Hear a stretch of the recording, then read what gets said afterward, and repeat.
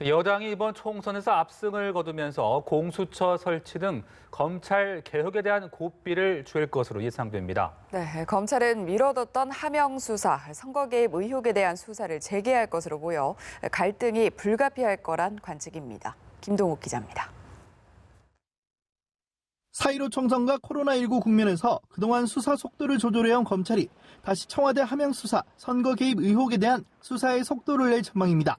지난 1월 서울중앙지검은 정치적 논란 속에 백원호 전 민정비서관 등 13명을 불구속 기소하면서 수사를 일단락했습니다. 그러면서 나머지 피의자들에 대한 사법 처리 여부는 총선 이후에 결정하겠다고 밝혔습니다. 이에 따라 임종석 전 대통령 비서실장과 이광철 청와대 민정비서관 등 청와대 참모진의 관여 여부 등에 대한 추가 조사가 이루어질 전망입니다. 검찰은 정치권 연루 의혹이 제기된 라임 자산운용 사태와 신라젠 사건 수사도 본격화할 것으로 보입니다. 여당은 그동안 선거 개입 의혹 사건 등의 검찰 수사가 정치적이라며 크게 반발해온 상황, 총선에서 여당이 압승하면서 갈등도 예상됩니다. 황운하 전 울산지방경찰청장과 최강욱 전 청와대 공직기강 비서관 등 정권 관련 수사로 기소된 인물들도 당선된 상황.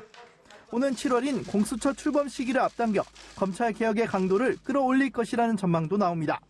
추미애 법무부 장관도 코로나19로 잠정 연기했던 전국 검사장 회의 개최를 다시 검토하는 등 검찰 개혁 주제를 다시 테이블에 올릴 수 있습니다. 법무부가 최근 불거진 검언 유착 의혹과 관련해 직접 감찰에 나설 가능성도 남아있는 등 정부 여당과 검찰 간 갈등은 줄타기를 이어갈 전망입니다. 연합뉴스TV 김동욱입니다.